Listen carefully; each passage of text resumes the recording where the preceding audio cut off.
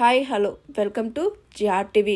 నాడు 2004 కేంద్ర మంత్రిగా పోర్ట్ఫోలియో తీసుకోవాలని మన్మోహన్ సింగ్ గారు అడిగినప్పుడు కేసీఆర్ గారు 2 కండిషన్లు పెట్టారు.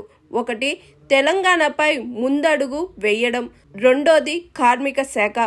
లక్షలాది మంది బీడీ కార్మికులకు ఆనాడే దేశవ్యాప్తంగా వేలాది కోట్ల నిధులు మంజూరు చేసి అసంఘటిత కార్మికులను సంఘటితం చెయ్యాలని మన్మోహన్ సింగ్ గారిని ఒప్పించిన నాయకుడు కేసీఆర్ గారని బీఆర్ఎస్ వర్కింగ్ ప్రెసిడెంట్ కేటీఆర్ అన్నారు.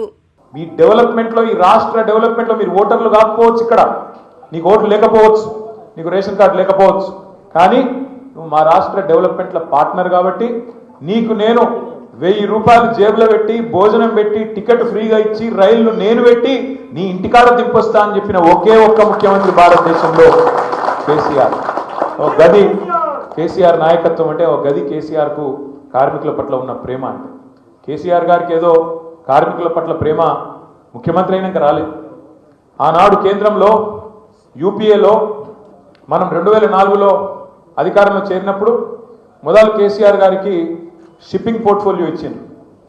ఓడరేవులది పోర్ట్ఫోలియో ఇస్తే డిఎంకే వాళ్ళు పంచాయతీ పెట్టింది, మాకు కావాలి, మాకు ఇస్తా అన్నారు. అంటే 24 గంటలు పోయి మన్మోహన్ సింగ్ గారికి మొన్ననే చనిపోయింది పెద్ద మనిషి, పోయి ఆయన చేతుల కాగితం పెట్టి, నేను ఈ పదవుల కోసం రాలేదు, ఇంకో దానికోసం రాలేదు, నేను వచ్చింది తెలంగాణ కోసం, వాళ్ళకి ఇచ్చేయి, నువ్వు మళ్ళీ ఇచ్చకపోతుంది లేకపోతే అని చెప్పి వెంటనే ఆ కాగితం వాళ్ళ చేతిలో పెట్టి వచ్చినాడు కేసీఆర్ గారు. దాదాపు 9 నెలలు ఏ పోర్ట్ఫోలియో తీసుకోలేదు. తీసుకోక ఆఖరికి 9 నెలల తర్వాత పార్లమెంట్లో ఆనాడు ప్రతిపక్షం వాళ్ళు, బీజేపీ వాళ్ళు, క్యాబినెట్ల పోర్ట్ఫోలియో లేని మంత్రి ఉంటాడా, ఇది ఎక్కడ విచిత్రం అని చెప్పి వాళ్ళు ఎక్కసెక్కంగా మాట్లాడితే, అప్పుడు మన్మోహన్ సింగ్ గారు కేసీఆర్ గారిని పిలిచి, మీరు పోర్ట్ఫోలియో తీసుకోవాలి అంటే కేసీఆర్ గారు 2 కండిషన్లు పెట్టిండు. ఒకటి, మరి 9 నెలలు అవుతుంది, తెలంగాణ మీద ఒక్క అడుగు ముందుకు పడతలేదు, మీరు మాట్లాడుతుండ్రు కానీ చేస్తలేరు, తెలంగాణ మీద కాంక్రీట్గా మీరు స్టెప్ వేస్తేనే, ఒక అడుగు ముందుకేస్తేనే నేను పోర్ట్ఫోలియో తీసుకుంటా అన్నాడు.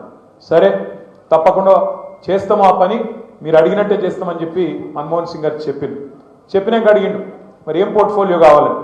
కేసీఆర్ గారు చెప్పింది ఏంటంటే, నేను మొదటి నుంచి పేదవాళ్ళతో కలిసి పనిచేసినోని, ఇస్తే కార్మిక శాఖ ఇవ్వండి, తప్పకుండా కార్మికులకు మేలు చేసే ఒక అవకాశం వస్తుందని చెప్పి కార్మిక శాఖ ఏరి కోరి తీసుకొని ఒక పని కాదు చాలా పనులు చేసింది. బీడీ కార్మికులకు ఆనాడే, ఇవాళ బీడీ కార్మికులకు ఇక్కడ ముఖ్యమంత్రిగా పెన్షన్ ఇవ్వచ్చు, కానీ బీడీ కార్మికులకు ఆనాడే దేశవ్యాప్తంగా వెస్ట్ బెంగాల్ నుంచి మొదలు పెడితే ఉమ్మడి ఆంధ్రప్రదేశ్ వరకు వేలాది ఇండ్లు మంజూరు చేసిన నాయకుడు కేంద్ర కార్మిక శాఖ మంత్రిగా కేసీఆర్ గారు.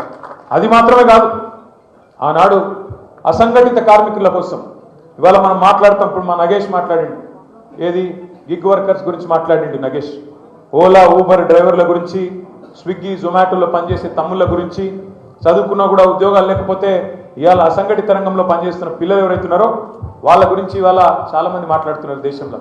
కానీ ఆనాడే 2005 సంవత్సరంలోనే కేసీఆర్ గారు కార్మిక శాఖ మంత్రిగా అప్పటి ప్రధానమంత్రి మన్మోహన్ సింగ్ను ఒప్పించి అసంఘటిత కార్మిక రంగం అభివృద్ధి కోసం, వీళ్ళను సంఘటితంగా చేసి వీళ్ళ ప్రయోజనాలు కాపాడడం కోసం ఒక పెద్ద ఆయన ఉండే, అర్జున్ సేన్ గుప్తా గారు అని, ఒక పెద్ద ఎకానమిస్ట్, ఆయన ఆధ్వర్యంలో ఒక కమిటీ వేసి, ఆ కమిటీలో మన నాయకుడు, మన పెద్ద దిక్కు ప్రొఫెసర్ జయశంకర్ గారిని కూడా అందులో మెంబర్గా వేసి అర్జున్ సేన్ గుప్తా గారితో ఒక రిపోర్టు తయారు చేసి దేశంలో ఉండే అసంఘటిత కార్మికుల కోసం ప్రభుత్వం ఏం చేయాలి అని ఒక ఆలోచన చేసిన నాయకుడు కేసీఆర్ గారు. Hi, this is Swathi.